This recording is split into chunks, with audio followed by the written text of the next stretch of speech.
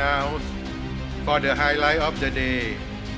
Excellencies, distinguished guests, it is my great honor to introduce the keynote speaker for tonight's PEIT Annual Institute Dinner 2025, Mr. Pisan Manawapat, former Thai ambassador to the United States, to the European Union and Belgium, to India, and to Canada, a former senator and presently a board member of director of TDRI. Ambassador Pisan graduated with a bachelor and a master degree in economics from the London School of Economic and Political Science in the United Kingdom. Early in his diplomatic career, he was APSA Congressional Fellow and trained at Capitol Hill in Washington, D.C., serving in the office of a U.S. representative and a U.S. senator. Kun Pisan is a distinguished Thai diplomat with a remarkable career in international affairs spanning over 3 decades, where he had played a pivotal role in shaping Thailand's international economic policy. As Director General of the Department of International Economic Affairs, he served as Thailand's APEC senior official during the country's APEC chairmanship in 2003. In his capacity as Deputy Permanent Secretary of the Foreign Ministry, he acted as Thailand's Chief Negotiator for the Japan-Thailand Economic Partnership Agreement, or JTEPA, Thailand's first free trade agreement with a major industrialized country. His ambassadorial posting from 2007 to 2017 include the European Union, Belgium and Luxembourg, India, Canada, and the United States, representing Thailand across 3 continents, working closely with the private sector to expand trade and investment. Following his retirement in 2017 from the Foreign Service, Mr. Pisan served in the legislative branch as member of the Senate from 2019 to 2024. He continues to contribute to national development through his role as a board member of Thailand Development Research Institute, or TDRI, and board of the Faculty of Medicine, Chulalongkorn University Foundation. On a personal note, I have known Ambassador Pisan and his wife, Kun Wanchana, for over 33 years when we both were junior civil servants. We met in Kuala Lumpur, Malaysia, where he was then Minister Counselor of the Royal Thai Embassy, and I was posted as Exploration Manager at the Malaysia-Thailand Joint Authority responsible for petroleum development in the offshore overlapping claim area, renamed as Joint Development Area. And we have remained friends and have kept good contact ever since. So when I approached him to be our keynote speaker for the Institute Dinner this year, he humbly and kindly accepts, for which I'm very grateful. But in his humble and no-nonsense way, Kun Pisan has suggested later changing the theme of tonight's talk instead to be called Economy, International Disputes, and Energy Security, an undiplomatic view from a full-time government pensioner. So, ladies and gentlemen, please welcome on stage Ambassador Pisan Manawapat.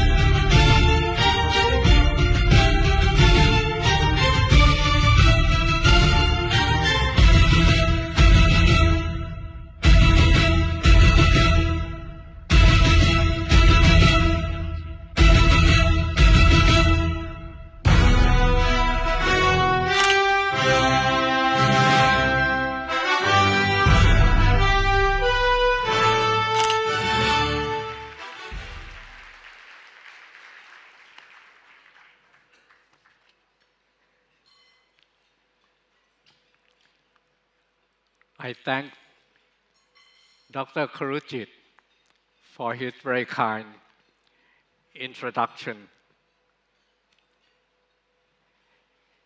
He doesn't seem to be aware that he's making a considerable risk in placing confidence in me.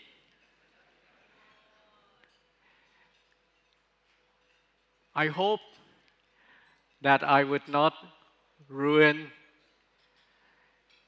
his annual dinner party, whose standard has been well set and further improved by all the previous speakers. I just learned this evening when I walked in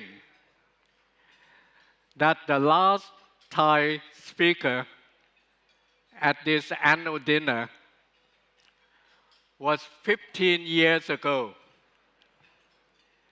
15, in the year 2010. And he was a speaker with a global stature, no less than the Director General of the World Trade Organization, Deputy Prime Minister Dr. Supachai Phanichapak.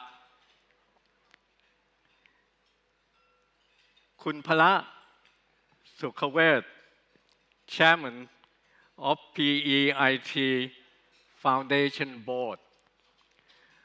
Kun Viset Chu Piban, Chairman of PEIT Councils of Trustees. Kun Athapon Rek Pibun, Minister of Energy, and 4 of his predecessors. Ambassador Ping Kitnikon of Canada,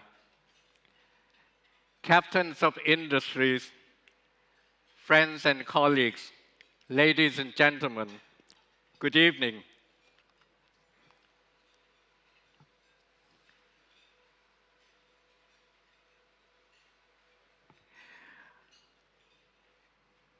I show the first slide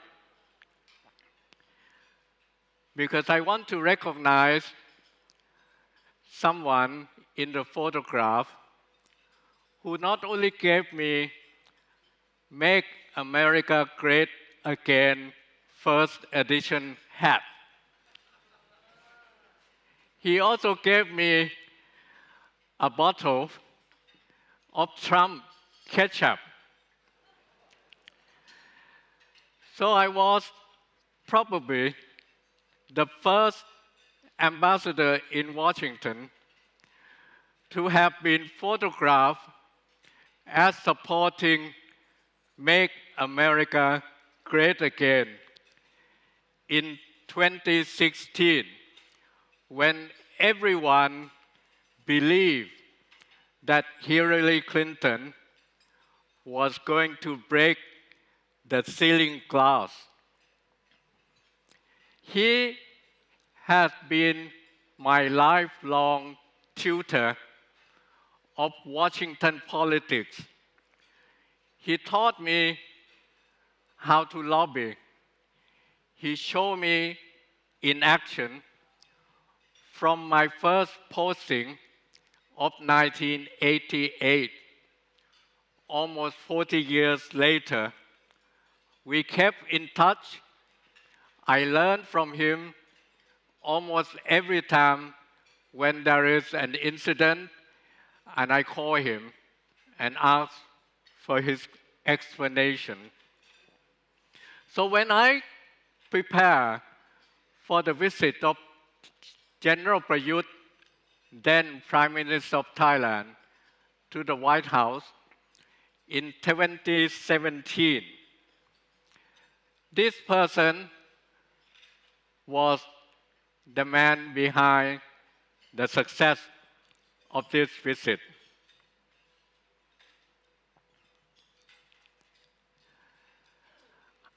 I told him that I would like to do something that no other visitors to the White House, head of state or head of government, had ever received, which is for the President and the First Lady to welcome the heads of government and his spouse to the Oval Office. And I want the First Lady to host a private lunch in honor of the Prime Minister's wife. He arranged for the first Chief of Staff of Trump, Mr. Ryan Priebus, who was the chairman of the Republican National Party, to come to my residence with his wife for a Thai dinner party, because both of them had been ordering Thai food takeaway. So I told them that Thai food takeaway was no good. And my wife's kitchen offered the best food in Washington, if not in the United States. So my wife has been another secret weapon that had made that evening success. I asked Mr. Ryan Priebus to bring along as many White House staff to our residence, and he did. And we had a jolly good party until the right moment when I had his full attention. I said, Ryan, please do this for me. It will be good for United States. It will be good for Thailand. It will be good for both Thai and United States relationship. Ask the White House to extend invitation to the Prime Minister's spouse. He did not promise, but it only took a couple of days when my secretary received a phone call that the chief of protocol would like to convey the invitation of the First Lady to the Thai Prime Minister's wife. So this picture, can you recall when President Zelensky had a disastrous Oval Office meeting with President Bush in March this year? That picture was hell. Compared with this picture, it was heaven. And President Trump confided to his staff later that he was highly impressed with Ajahn Naraporn. I knew from the beginning that I'm going to take advantage of the Prime Minister's secret asset. Not many people know that General Prayut's most secret asset is his wife. She has been gracious, she's decent, she's charming, and she had conducted herself properly that everyone in Thailand should be proud of. So after that first Oval Office, we all moved to the cabinet room, and the meeting went smoothly.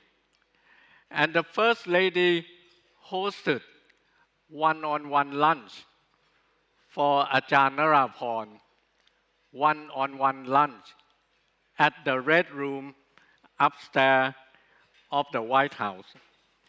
There are many other things that my friend Rick Holt had done for Thailand, had made Thailand better known in Washington. Until last night, I told him, I actually sent him the picture that I'm going to put his picture on the screen. Now, I like Lord Palmerston. He was dominated by foreign affairs, and his whole life had dominated British foreign policy. During the peak of the imperial power, Queen Victoria. And it is his long-lasting statement in Parliament. And I would like everyone in Thailand to remember. So they would judge friends, superpower, major powers, small powers, not through their feeling, but through the realization that everyone look and pursue their own interests. So if Thailand would like to do a smart diplomacy, we need two components. One, pursue where our interest lies. And number two is to take this advice from King Mongkut, given to his special envoy, Prasurawong, on his way to Paris. The only weapons on which we can fully rely are our intelligence and negotiation skill. And Siam remained independent, the only country besides Japan in Asia to remain independent during and after the height of the colonial war was Siam. And we maneuver through intelligence and negotiation skill. And we continue to use that skill.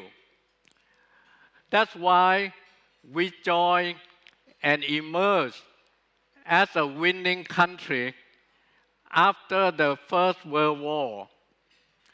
The Second World War, we declare war against United States, United Kingdom, and yet at the end of the Second World War, through the wisdom, the intelligence, negotiation skills of Dr. Pridi Phanomyong, through the heroic sacrifice of all the Free Thai movement and Thai citizens at the grassroots level, we were not classified as a country who lost the war.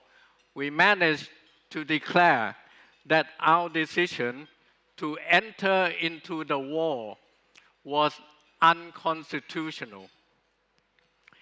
Then our great diplomat, Dr. Thanat Khawman, found ASEAN. We negotiated to open up our diplomatic relations with China in 1975. I hope some of you would have a chance to read the note report written and collected by Dr. Tet Bunnak. You would see that Kun Anand Panjarachun, Foreign Minister Chatchai Chunawan, and all the first-class Thai diplomats in the foreign ministry negotiated with the Chinese, protecting our pride, our dignity, and getting what we want without offending the Chinese at all. After the opening up, we became very friendly, close with China, and the Chinese helped us to stop the occupation of Vietnamese forces in Cambodia. And through the leadership of Thai Foreign Minister, Thai diplomatic staff, together with ASEAN, we managed to win every year's vote at the General Assembly, and Vietnam was compelled to withdraw. And we continue our contribution, leading every effort to Paris International Peace Agreement. Not only that, we contributed to help Cambodia clear the landmine, build bridges, roads, offer them school, human resource development, and the same economic package went to Vietnam. Vietnam should forever be grateful to Prime Minister Annan's government, who started as well as with the Laotian 100 million baht foreign assistance for our immediate neighbors, because we were in a position to help them. Now, everyone in this room are aware of all these developments since post-World War II. I only need to offer my observation that the anti-globalization was actually officially marked in Seattle during the WTO Ministerial Conference in 1999. It was the first and largest anti-globalization movement and protest. In the United States, the country that set the institution that would shape international relations, that would foster international economic stability, the country that had benefited most from globalization has its own people marching on the street, expressing their dissatisfaction, anger, upset against globalization, because they were the ones who were left behind by the system. They were the ones who lost their job. They were the ones who cannot sell their products because their product became uncompetitive compared with those produced in other developing countries. So that anti-globalization spread the feeling of nationalism beyond United States into United Kingdom, and the British voted in favor of pulling it out from the European Union. Again, another shot in their own foot. But that kind of sentiment is long-lasting. Even the present Labour government had no intention whatsoever to return to this question again. Brexit leads 6 months later, Trump surprise triumph over Hillary Clinton. Trump won because he campaigned on anti-globalization. He campaigned on stop immigration.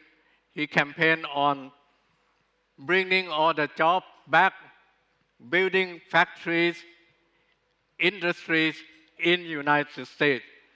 Trump too is not just a return, but coming back to make sure it's long-lasting. So he is changing not the world, he's changing United States too. And he's doing every day.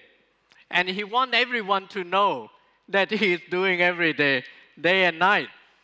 In retreat, liberalism, you check with anything that had anything to do with liberalism, Trump not only declared war, he would threaten in his power, he would withdraw the funding. Liberal universities, Harvard, Columbia, and all the Ivy Leagues, Trump succeeded in withholding grant from federal government. First Amendment, freedom of expression, freedom of speech. If you say things that Trump Make America Great Again movement agrees, you can say as loud as you want. But if you go the other way, Trump will go after you. If you don't believe me, check with CBS, ABC. Trump brought them to court, sued them, and won $15 million from each news channel into his own pocket. He was suing New York Times for $15 billion, but fortunately, the court already threw his case out. He's going after the ex-FBI director who went after him when he lost the election, and his main instruction to the Department of Justice is to go after everyone who was involved in the case against him. Those fossil energies sitting in this room, you should be happy, at least for the next 3 or 4 years. If you are in favor of renewable energy, you have no place to stand in the United States. Foreign aid, forget it. So in action, he is doing anything against his opponent by using court, by using his own power. This is something I like about him. He calls spade spade. When Hunter Biden went to Ukraine, he was advisor consultant to American firm. And obviously, whatever he wanted to conclude, the Ukrainian will agree with him because Biden, his father, was the president. So Hunter Biden was being charged in court and sentenced, convicted because of conflict of interest. It never happened to Trump. His children went to Saudi Arabia before he made his first visit. They make everything plain and make it transparent that he went, he made a deal. So he called spade spade. Department of War, he said, why call Department of Defense? Because in the past, when we call Department of War, United States won every war. And since United States changed the name from Department of War to Department of Defense, United States lost every war. So they're changing back to Department of War to show, to project the strength of the United States and to tell everyone that don't bully United States. Rule-based, what is rule-based? In terms of President Trump, his executive order is the base for not only United States, but all the trading partners that should follow.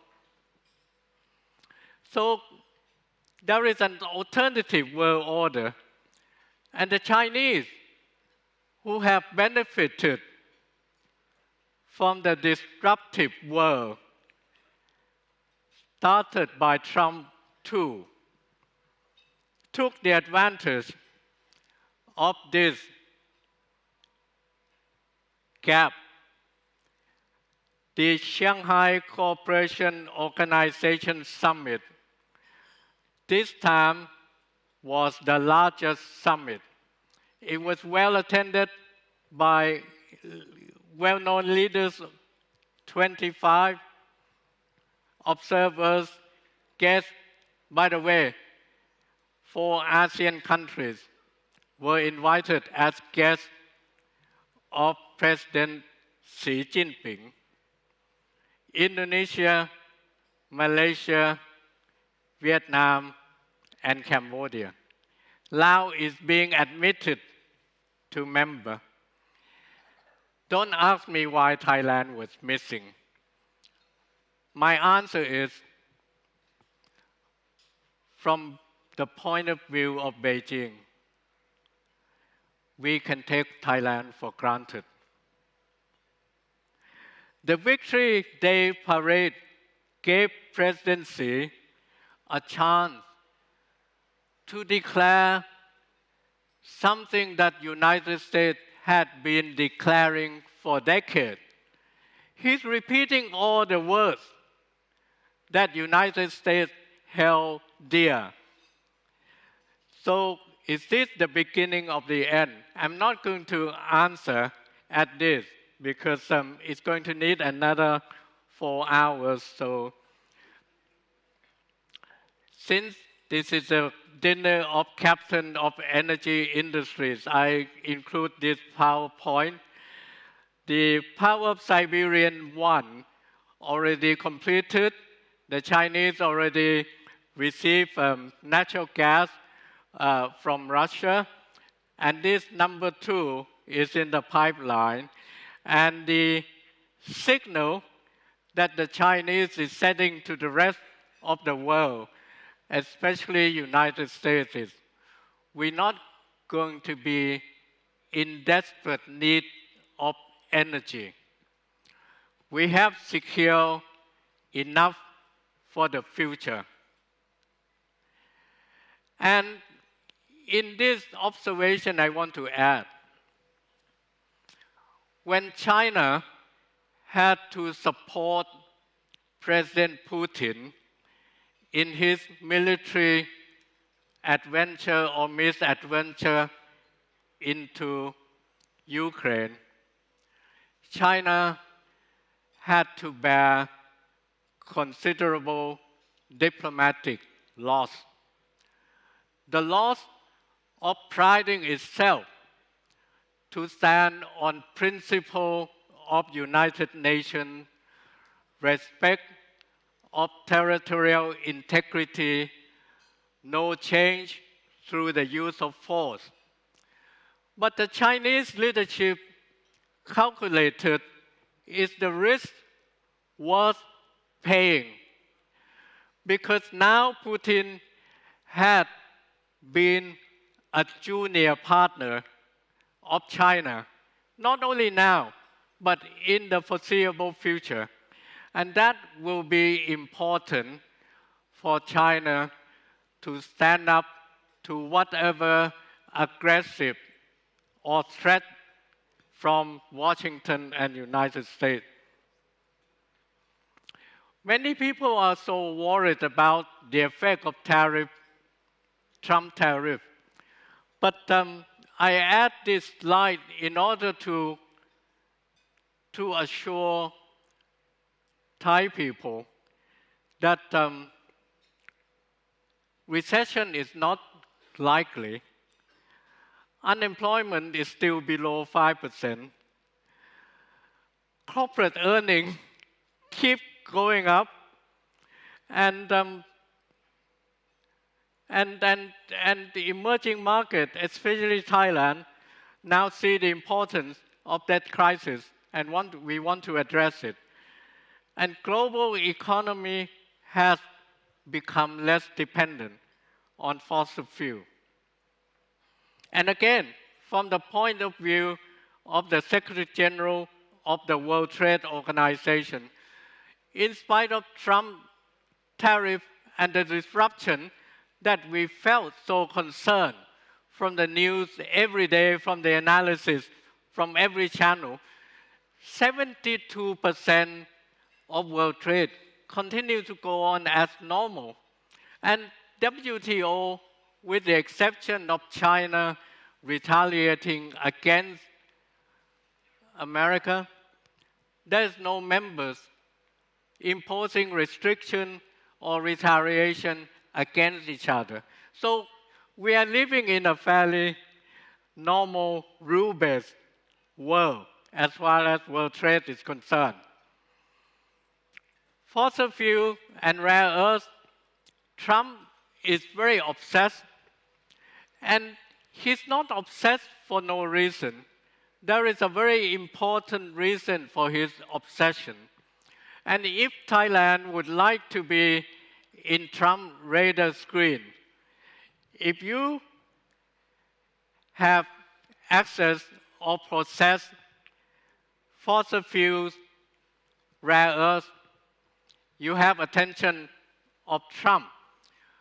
Because Trump looked at the graph of US inflation and knew that when the inflation went up, like during the Obama years, 2020 to 2024, Obama lost election.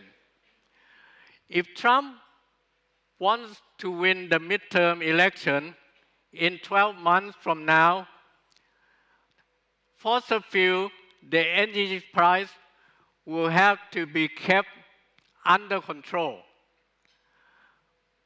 Prices in the market will have to be kept under control. That's why Trump declared war against big pharmaceutical companies, because big pharmaceutical companies do not cooperate with him to lower the price of medicine. So rare earth means access to materials essential for your high technology. And high technology is the only thing that United States can contain China. India is a classic example of country maneuvering itself with the right footwork to get the best from both worlds.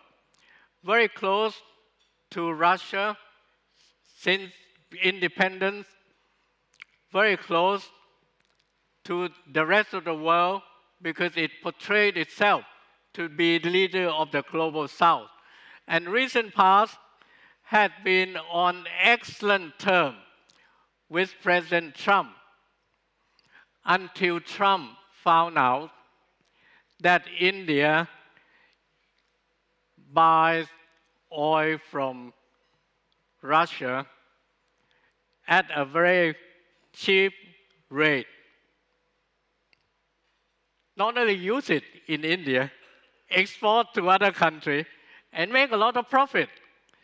And one company that profited a lot is Reliance, and Reliance has two brothers as the top owners, the Ambani, and Ambani are very close to Trump, to Modi, and Modi had to show that he is not close by ordering the FBI to go after the young Ambani to show that Modi had no hidden agenda in favor of this company.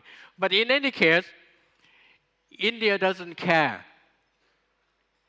India doesn't care when Trump retaliated by imposing 50% tariff. India went to China, shook hands with President Xi, and agreed to broaden economic cooperation. So look at the picture. They all smile. They all feel that this is a solidarity that Putin and Xi Jinping had been looking for with the help of India. Now, Trump wanted rare earth so much that he summoned leaders from West African countries, 5 of them, to the White House. And these 5 leaders really studied how to please Trump. So everyone has been telling Trump, I want Trump to come and build a Trump organization. I would like to invite Trump to play golf.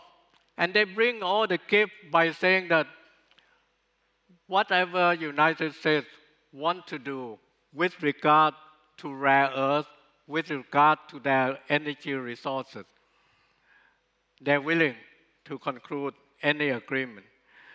So Trump always got what he wanted. The thing that he hates most is the phrase coined by the Democrat, say, Trump chicken out again. Now, I come to the last 2 PowerPoint, and this is my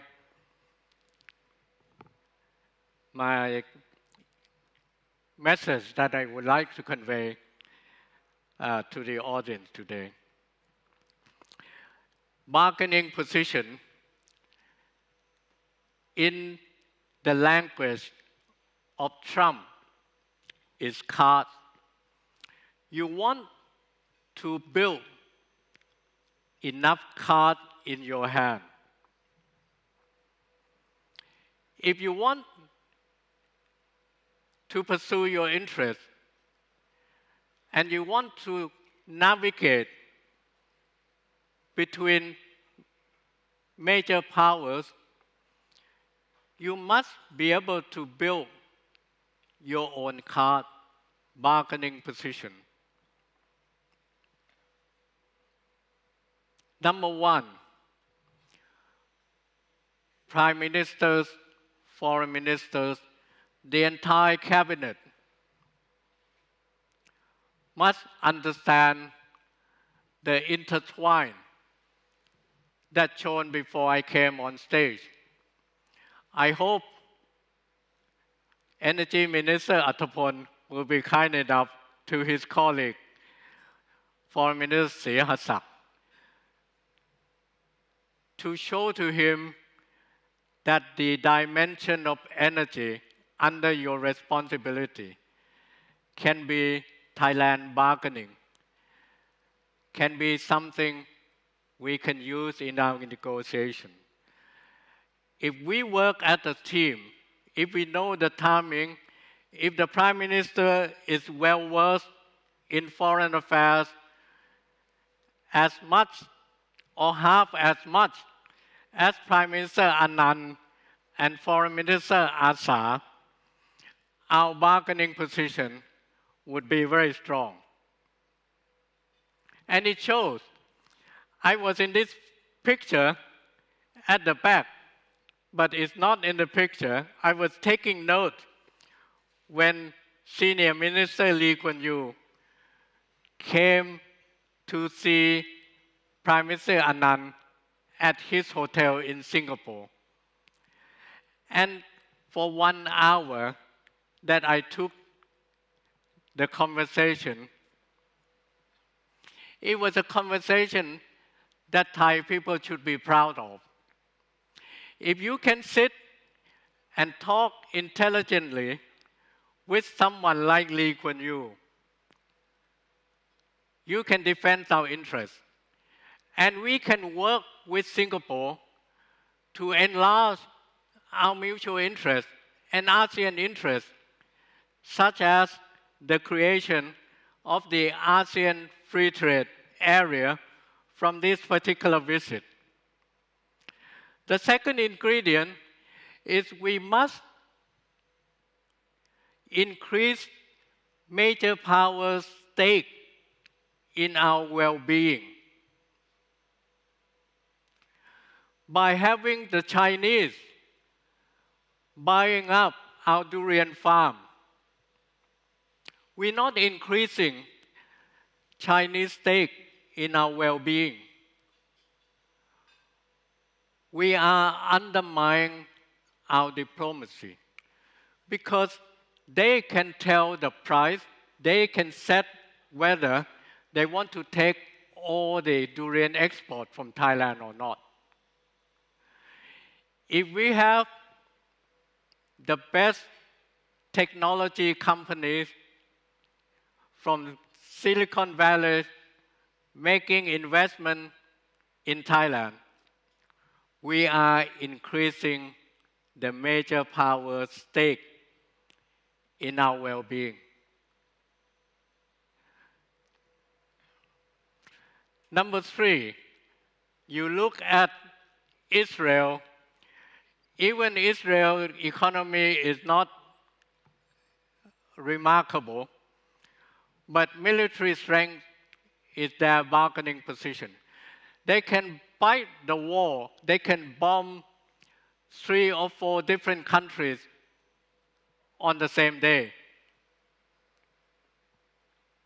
You look at Singapore, a tiny little fishing village of the 60s, they have the best, the most advanced military equipment in Southeast Asia. When I was in Washington, Singapore had a number of Chinook helicopters in Texas. And when there was a disaster in the south, Singapore ordered their own Chinook to deliver emergency supply to American flood victims. The president wrote to thank government of Singapore for helping people affected from natural disaster. This is a diplomacy in action. The last one, to me, is the most important and persistent problem that undercut the strength of Thai foreign policy. Had brought Thai foreign policy from the height during the Cold War, during Dr. Thanat, during Air Chief Marshal Sid, during Asa Sarasin, Anand Panrachun, from the height in the sky to the bottom of the Gulf of Thailand. And the event that marked the beginning of our diplomatic downfall was the ASEAN Summit in Pattaya during Prime Minister Abhisit, when the red shirt protests stormed the hotel and forced the summit into cancellation. That marked the beginning of us unable not only to lead, but to have a smart diplomacy of our own. Now, a lot of people ask questions whether Thailand should be neutral, whether we should be closer to one country, or whether we should not taking any side. So my very simple analysis: if you don't take sides, nobody sees you, because they know that you close your eyes, you sit on the fence, you don't want to do anything, and you'll be accused of being an opportunist. Declaring neutral, but everyone knows that if Prime Minister and Foreign Ministers all went to one Embassy National Day celebration, only one. The previous Prime Ministers, the current Prime Ministers attended only one Embassy National Day reception. That is not neutral. That is taking side. And that is giving your card to the other side. Because in other countries, no prime ministers, no president, hardly any foreign ministers attend National Day reception. For our embassies overseas, probably the highest would be Director General or Perm Secretary. You may have members of parliament, you may have senior lawmakers, but you never have foreign ministers, prime ministers, or president. I'm talking about larger countries. So I would like to advise the current and future prime minister, don't attend any National Day reception. Don't even send foreign ministers. When ambassadors do us a good favor, and you want to show, you want to reward to that ambassador that he or she is doing a good job, then you send your foreign minister to attend the National Day reception. That way, you're using something that our current prime minister and previous prime minister give it away and make them feel that they can take Prime Minister of Thailand for granted, that next year they will definitely be coming to attend. And that is only a small example. You don't declare neutral, not taking sides by going to join BRICS and at the same time saying that you want to be part of OECD. OECD and BRICS are two different animals. BRICS is a political gathering of countries who are against, who do not accept American-led world order. OECD is a economic policy organization. When you join, you upgrade yourself to be on same level of development like other advanced countries. So this too doesn't come to a conclusion that we balance ourselves. Equal distance, you undercut your own interest by saying that we have to keep distance. If there is an interest that we want to pursue, go all out. If our interest with United States is on market, is on defense, is on technology, go all the way to achieve our interest. You don't have to be afraid that we will be too close to United States. Remember rule number 1, Lord Palmerston. So to me, adhere to the UN principle, because UN principle give us the protection. It has proven that we won the war over Vietnam in Cambodia. It's a protection that makes us stand proud. If you adhere to international charter, to human rights declaration, you stand tall. Your export would be welcomed by industrialized countries who appreciate you care for human rights, you care for environment, and all these good values benefited us economically. It benefits us in principle that we can protect, safeguard our sovereignty. Next number is no doubt, follow the rules number 2, King's Mongkut advice. The number 3 is to build up and use it.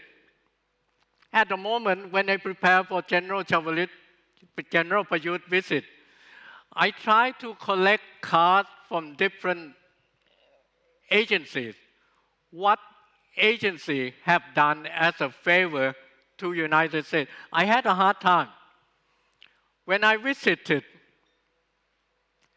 helicopter maker company, Hawk, in Connecticut, the CEO welcomed me, gave me a briefing, and thanked me warmly for ordering the latest number of helicopters from the company.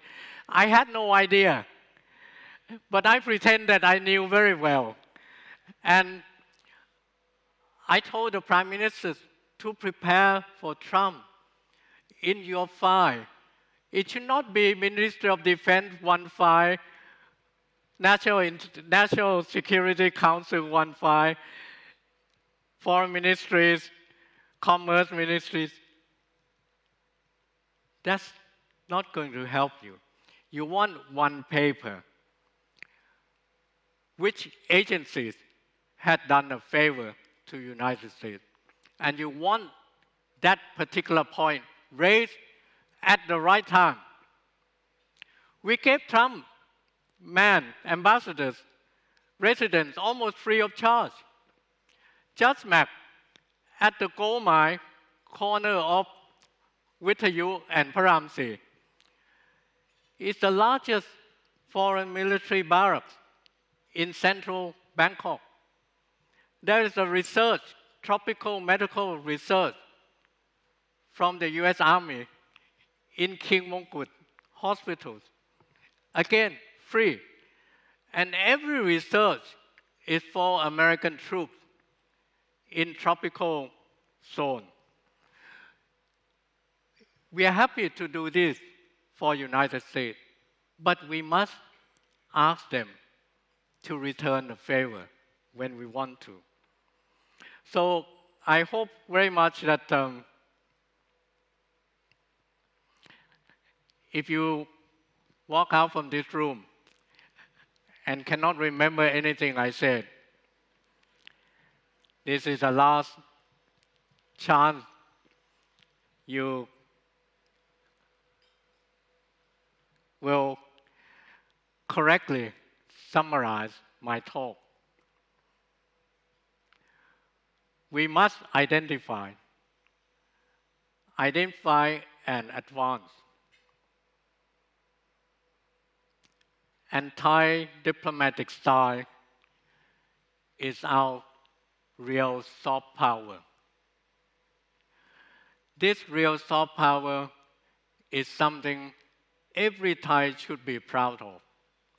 And everyone in the foreign ministry had been well trained to protect and safeguard with all the skill.